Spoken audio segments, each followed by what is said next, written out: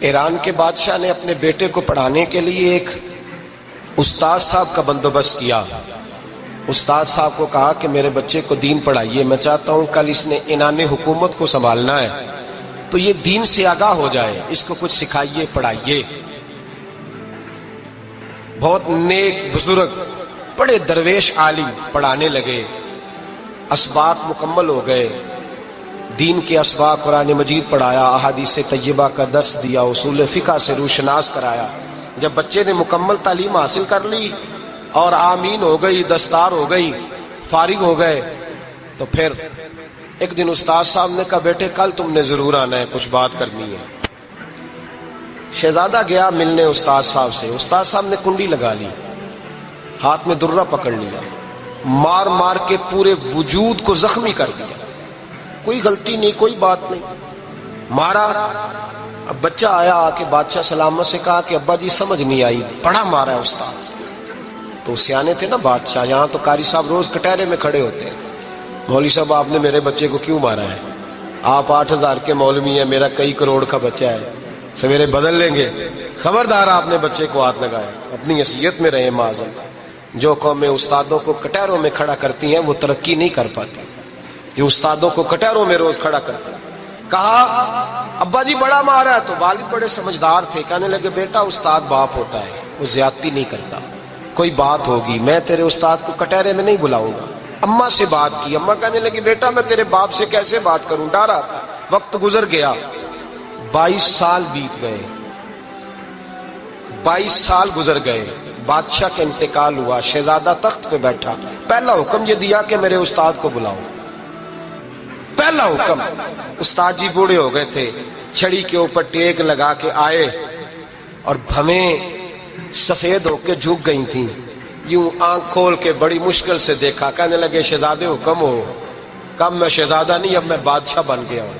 استاد جی 22 سال بیت گئے، آپ نے مارا تھا، پر وہ درد چونکہ زیادتی کی تھی، میرا قصور کوئی نہیں تھا، تو نہ میری روح سے درد گیا ہے نہ میرے جسم سے گیا ہے. میں بے اختیار تھا، پوچھ نہیں سکتا تھا، آج با اختیار ہوا ہوں. سب سے پہلے پہلا حکم آپ کو دیا، بلایا ہے، بتائے کیوں مارا تھا، کیوں مجھے مارا تھا، میری زیادتی بتائے. تو استاد بوڑھے استاد کی آنکھیں آنسوؤں سے بھر گئیں. کہنے لگے بیٹے بس آج کے دن کے لیے مارا تھا، یہ جو دن آ گیا نا میری زندگی میں اس لیے مارا تھا، یہ میں چاہتا تھا میری زندگی میں وقت ہے، آج کے بس میری مراد پوری ہو گئی. کہ صاحب کس لیے، مجھے بھی سمجھائے. آپ فرمانے لگے کتنی دیر ہو گئی تجھے مار کھائے ہوئے، کتنا زمانہ بیت گیا. کہنے لگا 22 سال. فرمایا زخم بھولے تو نہیں، درد ختم تو نہیں ہوئی، تمہیں بات 1 منٹ کے لیے بھی تمہارے حافظے سے محو تو نہیں ہوئی. کہ استاد جی روز رات کو یاد آتی، روز خیال آتا تھا.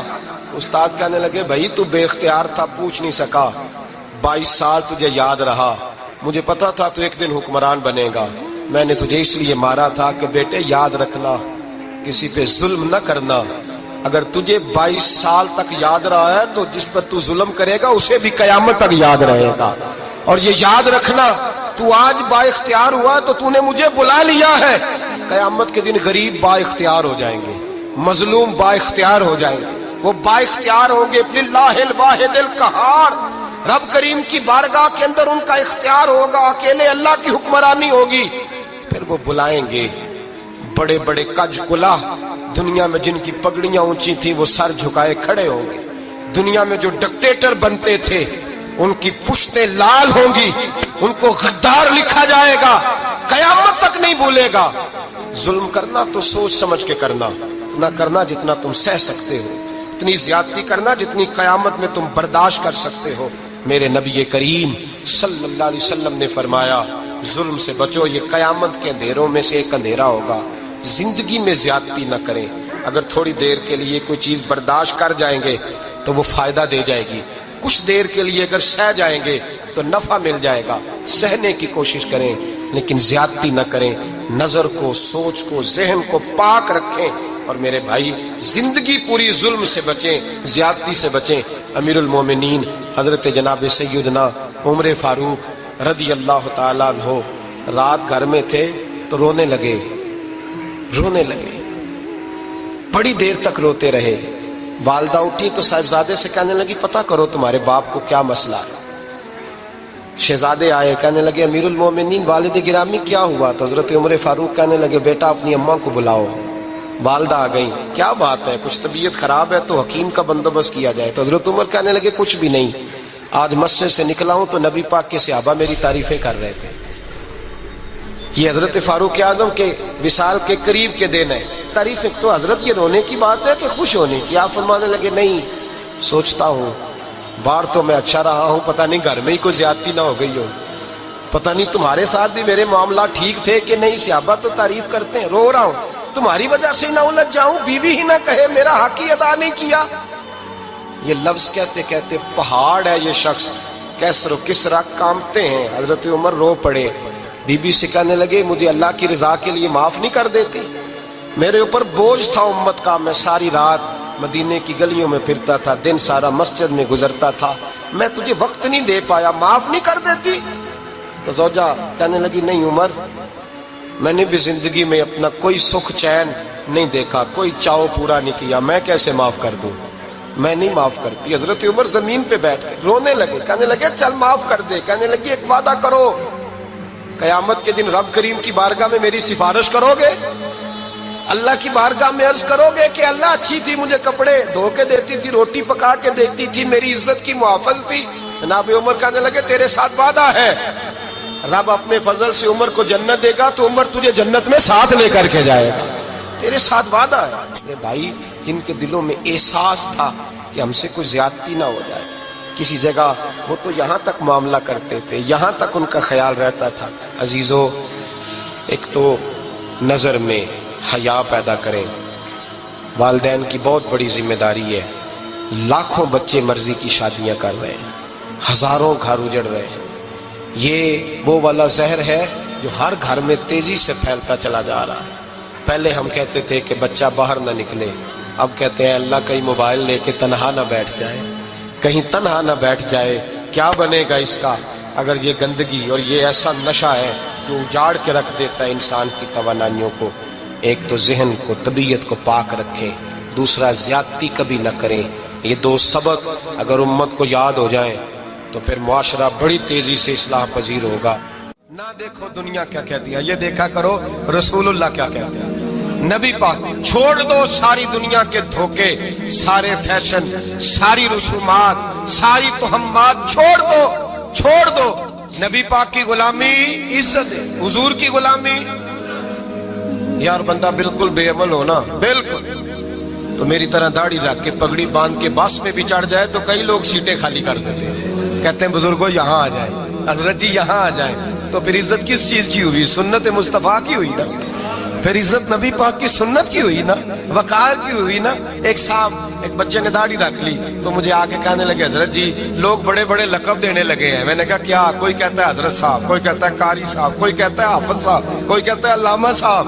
تو میں نے کہا تیری موج نہیں بن گئی؟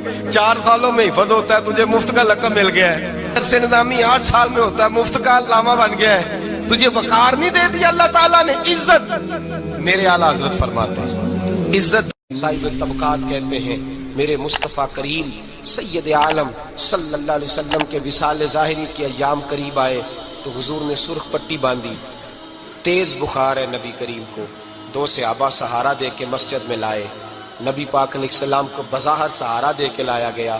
کریم رسول نے لوگوں کو جمع کیا، حضور آج کیا ہونے والا ہے، آج کیا کہا جائے گا، آج کس لیے میٹنگ بلائی ہے؟ نبی کریم کے کل صحابہ جب مسجد میں جمع ہوئے تو کھچا کھچ مسجد بھری ہے۔ وصال ظاہری سے چند یوم پہلے کی بات، نبی پاک نے فرمایا آج تمہیں کوئی جہاد کی ترغیب نہیں دینی، آج کوئی نیا پیغام نہیں دینا، آج تمہیں بتانا ہے کہ رب نے اپنے بندے کو اختیار دیا ہے، چاہے تو دنیا میں رہے، چاہے تو اس کی بارگاہ میں حاضر ہو جائے۔ اس عبد نے بارگاہ ربوبیت کی طرف لوٹنے کا ارادہ کر لیا ہے۔ حضرت صدیق اکبر رونے لگے تو صحابہ نے کہا تمہیں کیا ہوا؟ کہنے لگے سمجھ نہیں رہے، کسی کی بات نہیں کر رہے، نبی پاک تو اپنی بات فرما رہے ہیں، اس نے جانے کا ارادہ کر لیا۔ سنیے میرے بھائی، محبوب پاک نے فرمایا بھائی کسی شخص کو میری طرف سے کوئی تکلیف پہنچی ہو تو بدلہ لے سکتا ہے، بدلہ لے سکتا ہے، کسی کو تکلیف پہنچی ہو۔ صحابہ پھوٹ کے رونے لگے، محبوبہ کرم ہی کرم ہوا ہے،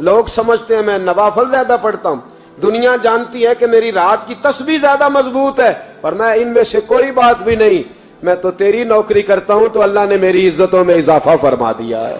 سوچ ہی صاف نہیں، نظریہ ہی ٹھیک نہیں، فکر ہی ٹھیک نہیں۔ اسلام نظریے کا مذہب ہے۔